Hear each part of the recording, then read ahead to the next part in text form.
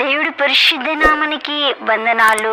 ఈ పునరుత్థాన దినాన మీ అందరికీ ప్రభువైన యేసుక్రీస్తు నామంలో శుభములు తెలియజేస్తున్నాం. అందరికీ ప్రేస్తలండి.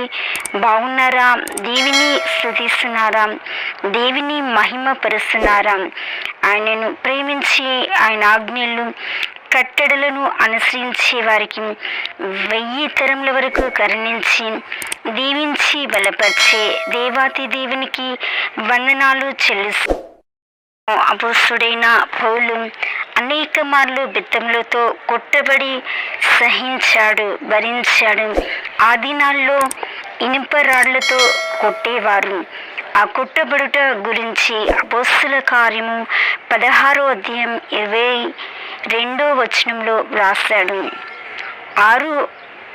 ఒక్కసారి రాళ్లతో కొట్టబడి తిని సహించి తిని. ఇది లుస్ట్రాలో జరిగింది. అపోస్తుల కార్యము 14:19లో తాను చనిపోయాడని ఈడ్చిరి. ముమ్మారు ఓడ పగిలి శ్రమపడి తిని తాను సహించాడు. దీన్ని గురించి అపోస్తుల కార్యం 27వ అధ్యాయంలో మనకి వ్రాయబడి ఉంది.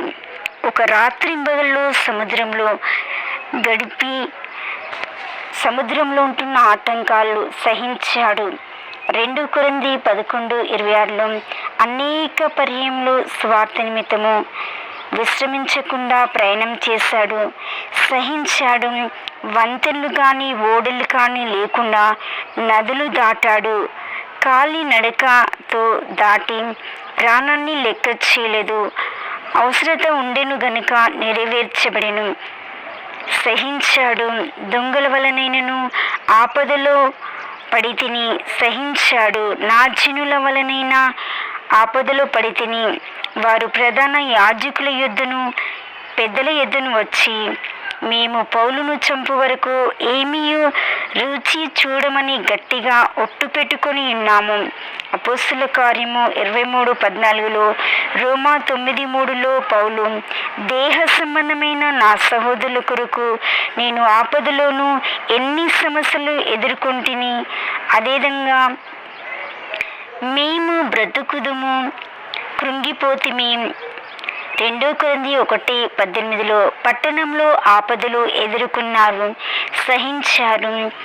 గంపలో ఉంచి గోడకుండా అతన్ని కిందికి దింపారు.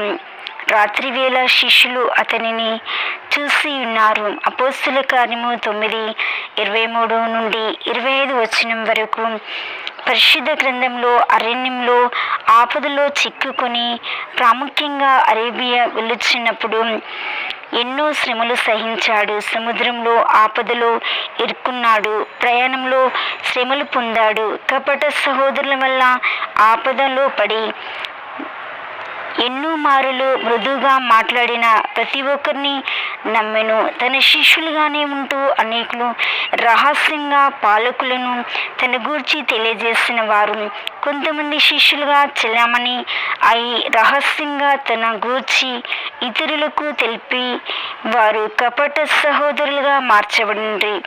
గలతీ 2:4లో 2 కొరింథీ 11:27లో సువార్త నిమిత్తం ఎన్నో కష్టాలు, ఎన్నో శ్రమలు, ఎన్నో బాధలు, ఎన్నో ఇరుకులు, ఎన్నో ఇబ్బందులు సహించారు. అపోస్తుల కార్యము 20:34లో నా అవసరతల నిమిత్తము నాతో ఉన్నవారి నిమిత్తము ఈ నా చేతులు కష్టపడితివని మీకు తెలియను. తనతో ఉన్న వారి కొరకు తన కొరకు మనుషుల సహాయము, శక్తి, ధన సహాయం లేకుండా ఇష్టం చేసెను. తరచుగా జాగరూకులతోనూ అంటున్నాడు. ఆకలి దప్పులతోనూ తరచుగా ఉపవాసంతోనూ ఉండి సహించి. ఫిలిప్పీ 4:12లో